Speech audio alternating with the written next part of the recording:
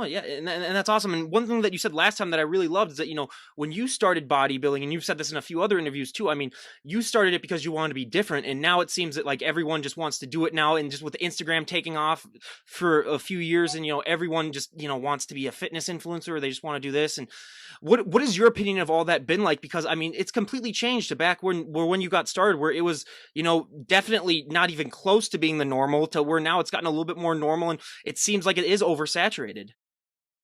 It's very oversaturated. All that I can do is just continue to just be me.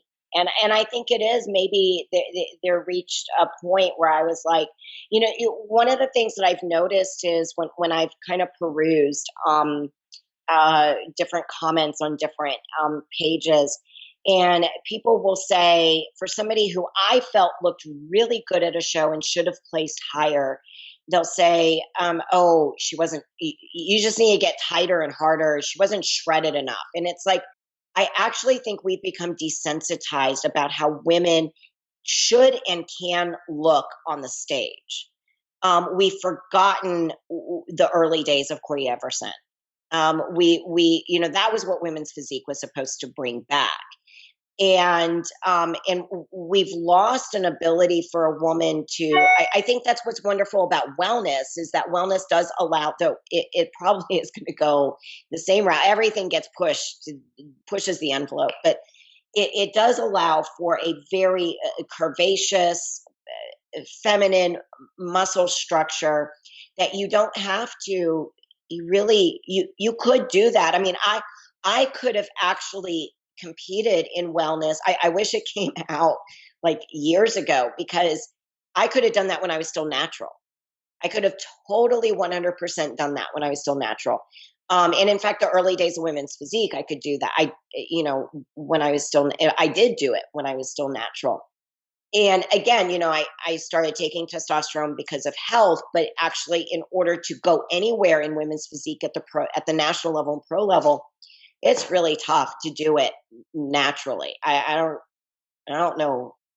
I have to say, I don't know anybody who is doing it at that, maybe as starting out amateurs. Uh, it, but saying that, like, I still, like, my clients, I tell them, you will never, ever, ever hear from me that I will never suggest that you get on something that you can't buy at the store, or through Amazon.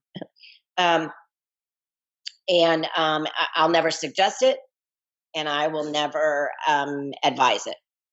And That's not my place. And if somebody wants to do it, then I will talk to them about my experiences, and I will explain my opinions, but I will not be a part of how it's done. And I wish more coaches would do that. Um, and so I just think that the a lot has changed, and so all that I can do is go, okay, well, what does make me different? Well, my writing makes me different. The way that I articulate my thoughts, the actual thoughts that I have, and the viewpoints that I have, and the way that I put them out there, so that others can go, oh yeah, that's how I feel too. I just didn't know how to say it, which is what I hear from so many people, that they, like, you put it exactly the way that I'm feeling it. I just didn't know how to say it. I don't have that word flow that you do. So and now I can actually say, well, I'm officially trained in this, but even though I was before, my bachelor's was English. So that's the thing that I'm wanting to do with doing a podcast, is just to tell my story and to share my viewpoint that is so different, and to help others kind of see things maybe a little bit differently, or to be able to go, oh, I didn't even realize that. Yeah, something was bothering me for the past year and I didn't know what it was. Now I know how to look into it and figure it out. And now I feel like I have control over my choices. So it's really easy when you compete for so long.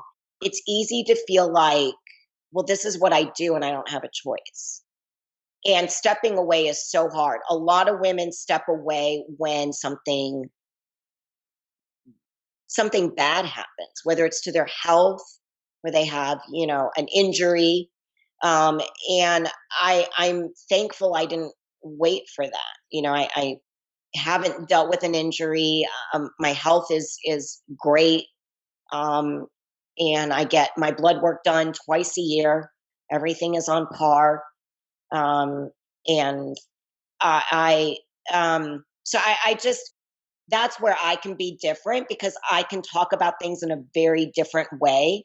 And I think it's my background because my background is not just bodybuilding, but it is with bodybuilding, it is I've gone through the different like waves of it and the different generations of it, having competed for 20 years. I mean, I was I chose the Galaxy Federation.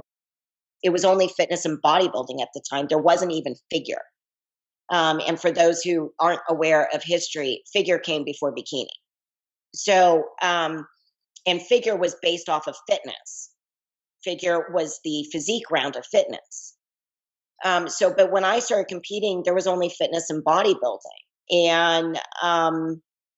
And so there were a couple of federations that did obstacle course competitions with the bikini round, and I chose the Galaxy Federation. But that was about the time, I found out about it because I was reading Oxygen magazine in its early years. I mean, I have the first issue of Oxygen. Like that's how far back I go. And I just got my hair colored, so I don't have the gray to show, but I've got first books.